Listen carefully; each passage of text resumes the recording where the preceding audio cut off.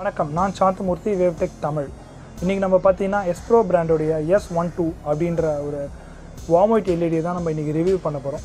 இந்த எல்இடி பார்த்தீங்கன்னா மொத்தம் 8 சேனல் கொண்ட எல்இடி. ஃபஸ்ட்டு சேனல் பார்த்தீங்கன்னா மாஸ்டர், ரெண்டாவது சேனலில் 12 பல்பும், மூணாவது சேனலில் 18 பல்பும், நாலாவது சேனலில் 18 பல்பும், ஆறாவது சேனலில் 6 பல்பும் கொண்டது.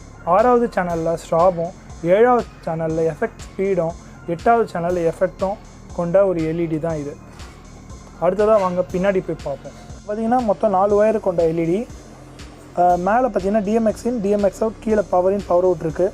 A001 தான் டிஎம்எக்ஸ் அட்ரஸ் வைக்கிறதுக்கு, ஓகேங்களா, A4 அட்ரஸ்.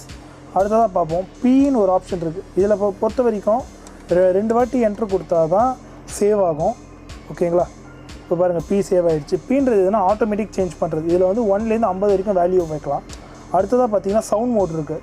சவுண்ட் மோட் பார்த்தீங்கன்னா சவுண்ட் மோட் 1, 2 அப்படின்றது இருக்குது. சவுண்ட் மோட் 1 எதுக்குன்னு பார்த்தீங்கன்னா நார்மலாக சவுண்டுக்கு ஏற்ற மாதிரி மாறும். சவுண்ட் மோட் 2 பார்த்தீங்கன்னா ஸ்ட்ராபோட மாறும். அடுத்ததாக ஹாஸ்ட் மோட், ஸ்லேவ் மோடுன்னு இருக்குது. அதாவது இதுக்கு முன்னாடி உள்ள எல்இடியில் என்ன சேனல் ஓப்பன் ஆகுதோ அதோட சேம் சேனல் இதில் ஓப்பன் ஆகும். அதுக்காக தான் இந்த ஸ்லேவ் மோட். அடுத்ததாக பார்த்தீங்கன்னா ரெட், இதில் வந்து ஒரு 12 பல்ப் இருக்குன்னு பார்த்தீங்கன்னா அந்த 12 பல்பை மட்டும் நம்ம கண்ட்ரோல் பண்ண முடியும். அடுத்தது க்ரீன், இதில் ஒரு 18 பல்பை கண்ட்ரோல் பண்ணலாம். ப்ளூவில் ஒரு 18 இதில் ஒரு 6 பல்ப். ஸோ இந்த மாதிரி நம்ம வந்து இன்பில்ட்டாக பண்ணலாம். இந்த எல்இடியில் என்ன ஒரு ப்ளஸ் பாயிண்ட்னா, நம்ம ஆர்ஜிபியில் நம்பர் செட் பண்ணுறோம் இல்லைங்களா, அது செட் பண்ணிட்டு டிஎம்எக்ஸ் கனெக்ட் பண்ணால் டிஎம்எக்ஸுக்கு ஆன் ஆகிடும். சப்போஸ் நம்ம டிஎம்எக்ஸை ஆஃப் பண்ணோம்னா அந்த ஆர்ஜிபியோட வேல்யூஸ் ஆன் ஆகிடும்.